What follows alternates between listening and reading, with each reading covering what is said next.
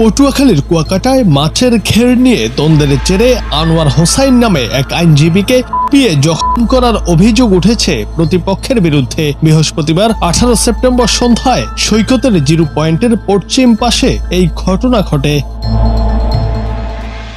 স্থানীয় সূত্রে জানা গেছে, হামলায় আনোয়ার হোসাইনের বা চোখ সহ শরীরের বিভিন্ন স্থান জখম হয়। পরে স্থানীয়রা তাকে উদ্ধার করে কলাপাড়া হাসপাতালে প্রাথমিক চিকিৎসা দেন। সেখান থেকে উন্নত চিকিৎসার জন্য বরিশাল শেরেবাংলা মেডিকেল কলেজ হাসপাতালে পাঠানো হয়েছে।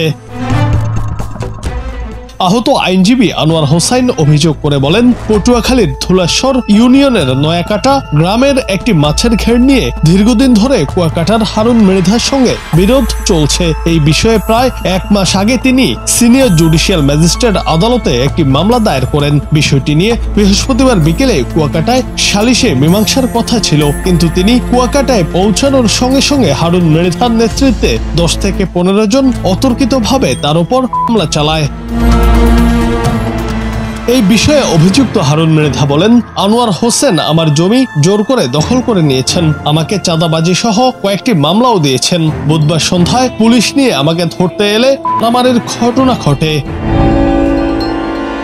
এদিকে মহিপুর থানার ভারপ্রাপ্ত কর্মকর্তা মাহমুদ হাসান বলেন, বিষয়টি আমরা জেনেছি, এখন পর্যন্ত কোনো লিখিত অভিযোগ পাইনি। অভিযোগ পেলে আইন অনুযায়ী ব্যবস্থা নেওয়া হবে। জুনায়েদ আহমেদ, বাংলা টিভি।